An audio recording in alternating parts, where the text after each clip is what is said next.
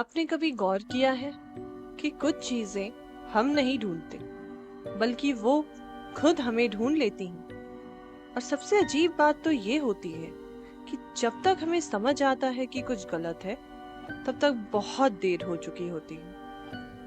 आज की कहानी में जो अरुण को मिला वो उसने बिल्कुल एक्सपेक्ट नहीं किया था, पर उसने जो खोया वो बहुत ही ज्यादा कीमती था। ये एक हॉरर स्टोरी है अरुण नाम के एक लड़के की जो अपनी मम्मी के साथ पुणे में रहता था। उसके पापा की अनफॉर्चुनेटली 3 साल पहले एक एक्सीडेंट में डेथ हो गई थी एंड उसकी मम्मी बहुत ही मेहनत करके और सुबह शाम काम करके अरुण की परवरिश कर रही थी।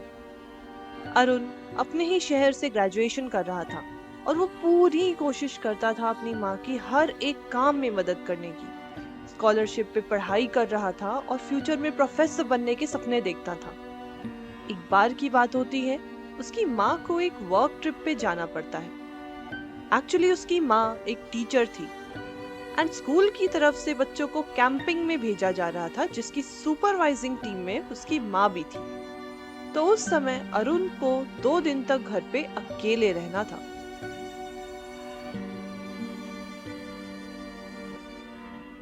उसकी मम्मी अपनी ट्रिप पे 3 दिन और 2 रातों के लिए गई थी। पहले दिन और पहली रात अरुण ने जैसे तैसे काट लिए। वो कॉलेज जाता, शाम को घर आता, अपने लिए बढ़िया डिनर बनाता, वो बुक्स पढ़ता, मूवीज देखता और सारी चीजें करके आराम से सो जाता। अगला दिन हुआ, अरुण फिर से कॉलेज गया, पढ़ाई करी, वापस आया, खाना बनाया और खाने के बाद शांति से बैठ गया। अचानक उसे ध्यान आया कि उसके लैपटॉप का स्टोरेज तो फुल हो चुका था और अब वो कोई भी फाइल्स डाउनलोड नहीं कर सकता। इस वजह से उसने फाइनली सफाई शुरू करी। सफाई उस लैपटॉप के अनयूज्ड फोल्डर्स की जिनको सालों तक खोला ही नहीं गया। लेकिन उसे नहीं पता था कि वो सिर्फ फाइल्स डिलीट नहीं कर रहा, वो किसी ऐसी चीज को छेड़ रहा है जिसे उसे कभी छेड़ना नहीं चाहिए था। रात के करीब 2:30 बजने लगे थे। अरुण ने फाइल्स डिलीट करते करते इतना ज्यादा समय बिता दिया था। कमरा पूरी तरह से शांत था, सिर्फ एक हल्की सी नीली रोशनी उसके लैपटॉप की। वो रोशनी निकलकर पूरे कमरे में फैल रही थी। ऐसी रातों में आपने नोटिस किया होगा कि हर छोटी आवाज भी अलग लगती है, ज्यादा लगती है। कीबोर्ड की टैपिंग, माउस का क्लिक, यहाँ तक कि अपनी सांसों की आवाज भी भारी लगने लगती है। सब कुछ थोड़ा ज्यादा साफ सुनाई देने लगता है। अरुण अपने लैपटॉप में पुरानी फाइल्स देखने लगा, कभी स्क्रीनशॉट्स, कभी रैंडम डाउनलोड्स, कभी ऐसे फोल्डर्स जिन्हें उसने महीनों तक और शायद सालों तक खोला ही नहीं। जैसे मैं आपको बताऊं, अभी कुछ दिन पहले मैं अपनी पुरानी ट्रिप के वीडियोस और फोटोज देखने लगी। उसको देखते ही देखते कब मेरे 2-3 घंटे बीत गए मुझे खुद ही नहीं पता चला। तो 2:30 बजना तो बहुत ही आम सी बात है। धीरे धीरे वो उन हिस्सों में पहुंच गया जहां इंसान खुद भी भूल जाता है कि उसने क्या रखा हुआ है। हम सबके लैपटॉप में ऐसे एक हिस्से जरूर होते हैं, ऐसे कुछ फोल्डर्स जिन्हें हमने सालों तक नहीं खोला। और यहीं अरुण के लिए सब कुछ बदल गया। उसकी नजर एक बेनाम फोल्डर पर पड़ी। हाँ, कोई नाम नहीं था उस पे, बस एक ब्लैंक आइकन था। अजीब बात ये नहीं थी कि वो फोल्डर वहां था, अजीब बात तो ये थी कि उसे याद ही नहीं था कि उसने कभी ऐसा कोई फोल्डर बनाया था। अब सोचो, अगर तुम अपने सिस्टम में एक ऐसी चीज देखो जो क्लियरली तुम्हारी है ही नहीं, तो तुम क्या करोगे? इग्नोर करोगे, डिलीट करोगे या क्यूरियोसिटी में खोल दोगे? ह्यूमन माइंड्स की क्यूरियोसिटी, कभी उसका कोई आंसर निकला ही नहीं। तो फाइनली अरुण ने भी तीसरा ऑप्शन ही चुना। उसने फोल्डर खोल दिया। उसने सोचा क्या ही हो जाएगा, लैपटॉप में फाइल ही तो देख लेंगे, इंटरनेट भी ऑन नहीं है, जो हैक वैक हो जाए।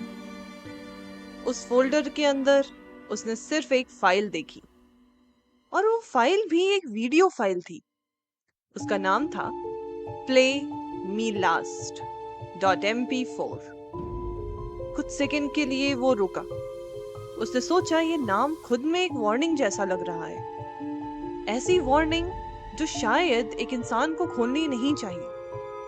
पर अल्टीमेटली वो क्या ही करता, ये तो उसके फोल्डर, उसके खुद के लैपटॉप की फाइल थी। क्या ही हो जाएगा, खोल ही देते हैं। इंसान की सबसे बड़ी कमजोरी तो आपको पता ही है, क्यूरियोसिटी। और खासकर रात के उस समय जब दिमाग आधा सो रहा होता है, डेफिनेटली क्यूरियोसिटी हमेशा जीतती है। इसलिए उसने ये वीडियो चला दिया। वीडियो शुरू हुई, सिर्फ स्टैटिक ग्रे नॉइस, कोई आवाज नहीं आ रही थी उसमें।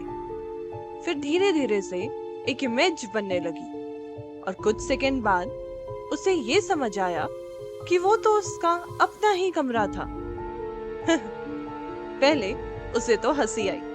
उसे लगा ये तो कोई पुरानी रिकॉर्डिंग होगी, बहुत सालों पहले शायद उसने कोई रिकॉर्ड किया हो। लेकिन फिर उसने कैमरा एंगल ध्यान से देखा। वो एंगल उसके पास था ही नहीं। उसने कभी ऐसा कैमरा कमरे में सेट किया ही नहीं। वो सीलिंग के कोने से था, और वहां कोई भी कैमरा लगा ही नहीं सकता था। कमरे में सब कुछ सेम था, डेस्क, चेयर, बेड। लेकिन फिर उसने खुद को देखा। वो हैरान रह गया। उस वीडियो में वो बैठा हुआ था, और असल में भी वो बैठा हुआ था। उसने तुरंत वीडियो पॉज किया, कमरे में चारों तरफ देखा, सब कुछ नॉर्मल था। फिर उसने वीडियो दोबारा चलाया। इस बार उसने ध्यान से देखा। उसने अपना हाथ उठाया। वीडियो में भी 3 सेकंड बाद उसने हाथ उठाया। उसने खड़े होने की कोशिश करी। वीडियो वाला अरुण वो भी खड़ा हुआ 3 सेकंड बाद। अब ये मजाक नहीं लग रहा था, ये तो बहुत ही डरावना होता जा रहा था। वो रिकॉर्डिंग नहीं थी, वो वीडियो तो लाइव चल रही थी, लेकिन डिले के साथ।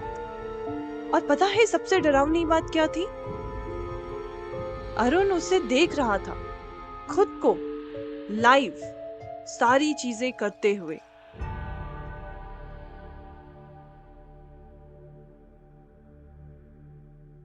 उसने तुरंत वीडियो बंद कर दिया, लेकिन कुछ सेकंड बाद स्पीकर से हल्की स्टैटिक आवाज आने लगी। जैसे ही उसने स्क्रीन की तरफ देखा, वीडियो फिर से चलने लगी अपने आप। अब सिचुएशन उसके कंट्रोल में नहीं थी। इस बार स्क्रीन के नीचे अचानक से एक मैसेज आया, पीछे मत देखना। वो फ्रीज हो गया। दिमाग कह रहा था पीछे मुड़कर देख, लेकिन अंदर कुछ कह रहा था मत देख। उसने खुद को रोक लिया, लेकिन वीडियो वाला अरुण मुड़ा, धीरे धीरे मुड़ा, और फिर वो मुस्कुराया। एक ऐसी मुस्कान जो इंसानों जैसी थी ही नहीं। अरुण ने उस वक्त लैपटॉप शट डाउन कर दिया और अपनी माँ के कमरे में भाग के गया। उसने जाके भगवान का ध्यान करा। थोड़ी पॉजिटिविटी मिली उसे, और करीब सुबह 4 बजे तक वो ऐसे ही बैठा रहा। उसके बाद किसी तरह से उसकी आंख लगी, जब उसे सब कुछ नॉर्मल लगने लगा। उस दिन वो कॉलेज भी नहीं जा पाया, पर वो घर पर भी नहीं रुका और अपने दोस्त से मिलने चला गया। पूरे दिन वो यही सोचता रहा कि कल जो हुआ वो पक्का एक बुरा सपना होगा। काफी देर अपने दोस्त के साथ समय बिताने के बाद अरुण ने सोचा, चलो अब फाइनली घर चलते हैं। उसके मन में एक तसल्ली थी कि आज तो उसकी माँ घर पे आ ही जाएंगी। और हाँ, इस कहानी में कोई और ट्विस्ट नहीं है। उसकी माँ सच में घर आ गई थी। घर जाके जब उसने माँ को अपनी सारी बातें बताई, तो उसकी माँ ने भी यही कहा कि शायद बेटा वो बुरा सपना ही होगा। उसकी माँ उसके लिए काफी सारी चीजें लाई थी, खाने की चीजें और कुछ कपड़े। जिसे देख के अरुण बहुत खुश हुआ और बाकी सारी चीजें भूल गया। अरुण अपनी माँ के आने से बहुत खुश था और फाइनली वो अपने कमरे में जा सकता था, अपने लैपटॉप को फिर से चला सकता था और अपने सारे काम फिर से पूरे कर सकता था। स्टोरी अभी बाकी है मेरे दोस्त, अभी खत्म नहीं हुई। अगली रात उसने फिर लैपटॉप खोला। उसने लैपटॉप में वो फोल्डर ढूंढने की कोशिश नहीं करी, लेकिन अचानक उसे फोल्डर दिख गया उसके डेस्कटॉप पर। अरुण अब परेशान हो गया। अभी तक वो किसी तरह ये सब भूल चुका था, पर अब वो सारी चीजें उसकी आंखों के सामने फिर से आ रही थीं। वो डर रहा था, कहीं उसका लैपटॉप हैक तो नहीं हो गया, कहीं ये किसी का मजाक तो नहीं है। ये सब सोच के उसने हिम्मत दिखाई। एक बार फिर से उसने लैपटॉप में वो फोल्डर खोला। आखिर कब तक ऐसा चलेगा? अगर फोल्डर ना देखें तो काम चल जाए, पर वो फोल्डर तो अब डेस्कटॉप पे ही दिख रहा था।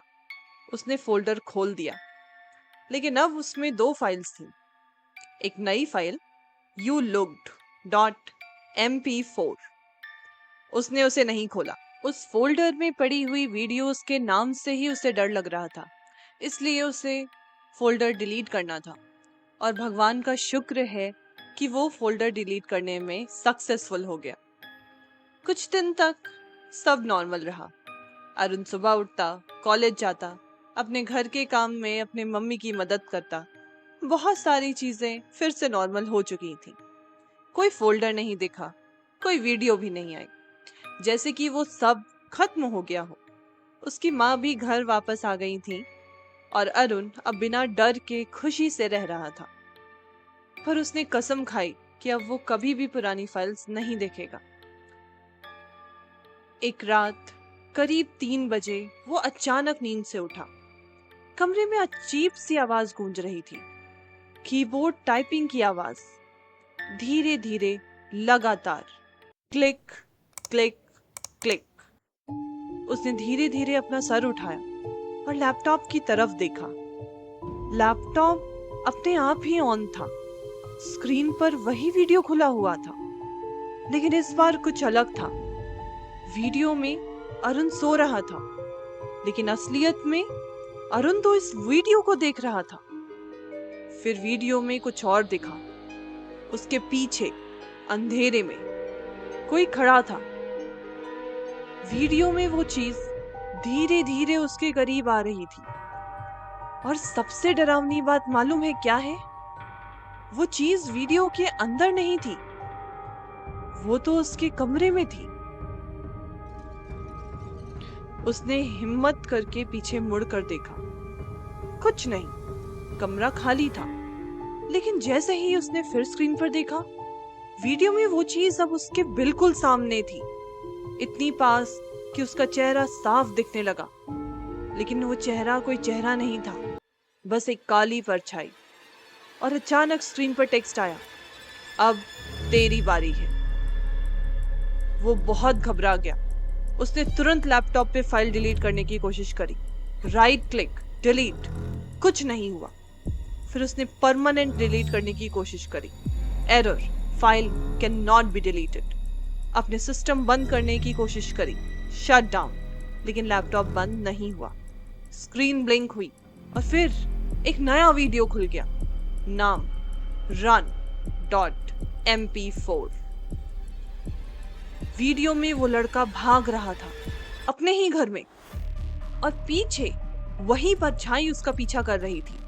वो परछाई एक काली मकड़ी की तरह थी, कभी जमीन पे चलती तो कभी दीवारों पे चल के उसका पीछा करती। अब फर्क ये था कि वीडियो डिले में नहीं था।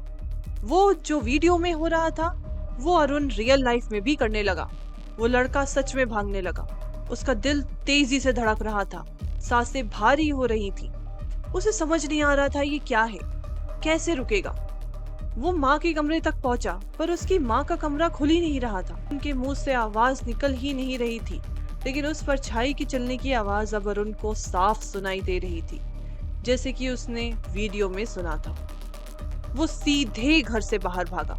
वो रुका नहीं, सीधे अपने घर के पास वाले मंदिर में गया, क्योंकि उसे पता था कि पहली रात जब उसने भगवान को याद किया तो उसको बहुत पॉजिटिविटी मिली। उस मंदिर में एक पंडित जी इतनी रात को भी भगवान का नाम जप रहे थे। अरुण मंदिर की सीढ़ी चढ़ के उनके सामने जाके बैठ गया और झांक के बाहर देखने लगा कि कहीं कुछ आ तो नहीं रहा। पंडित जी ने उसे बिना देख के बोला, तू चिंता मत कर, कोई भी बुरी शक्ति इस मंदिर को छू भी नहीं सकती, खासकर तब जब मैं भगवान का नाम जप रहा हूँ। अरुण ने तुरंत ही उनकी मदद मांग ली। उसने अपने साथ हुआ पूरा किस्सा पंडित जी को बताया। तो पंडित जी बोले, एक निर्जीव चीज से कोई बुरी शक्ति ऐसे ही नहीं जुड़ जाती, जरूर इसके पीछे कुछ बात है। ये लैपटॉप तुम्हारा ही है? तब अरुण बताता है कि उसने ये लैपटॉप सेकेंड हैंड लिया था एक दुकान से। पंडित जी कहते हैं कि पता करो वो किसका लैपटॉप है, तभी मैं तुम्हारी मदद कर पाऊंगा। सुबह होते ही अरुण घर वापस जाता है और अपनी माँ से मिलके पूछता है कि माँ, आपने कल दरवाजा क्यों नहीं खोला? मैं कितनी देर से और जोर से खटखटा रहा था। तो अरुण की माँ को कुछ समझ ही नहीं आता, क्योंकि उन्होंने कुछ आवाज सुनी ही नहीं। अरुण सारी बातें माँ को बताता है और वो कहती है कि चलो सबसे पहले वो करो जो पंडित जी ने कहा है। अरुण और उसकी माँ दोनों लैपटॉप उठा के सीधा उस दुकान के लिए निकल पड़ते हैं। वो दुकान शहर के ऐसे इलाके में थी जहाँ बाकी लैपटॉप्स की दुकानें भी होती थी। उस दुकान की जगह पहुंच के अरुण देखता है कि वहां दुकान है ही नहीं, उधर तो खाली रास्ता है। वो पास की दुकान में पूछता है कि भाई, ये बगल वाली दुकान कहाँ गई, तुड़वा दी गई क्या? तो दुकानदार कहता है कि भैया, लगता है आप नए हो, मेरी दुकान ही आखिरी दुकान है इस गली में, बगल में तो एक छोटा रास्ता है जो बस्ती के अंदर जाता है। अरुण अपने लैपटॉप का बैग उठाता है और माँ के साथ बाहर निकलता है। काफी कोशिश और कई लोगों से पूछने पर भी उसे सेम आंसर ही मिलता है। वो निराश होकर मंदिर वापस जाता है पंडित जी से मिलने और सारी बातें बताने। पंडित जी कहते हैं कि ठीक है, अब एक ही रास्ता है कि उस लैपटॉप को खोला जाए। अरुण बैग में हाथ डालता है लैपटॉप निकालने के लिए, पर ये क्या, उसका लैपटॉप तो बैग में था ही नहीं, उसमें तो सिर्फ किताबें थी। पंडित जी ने जैसे ही ये सब देखा, उनका तो चेहरा ही बदल गया।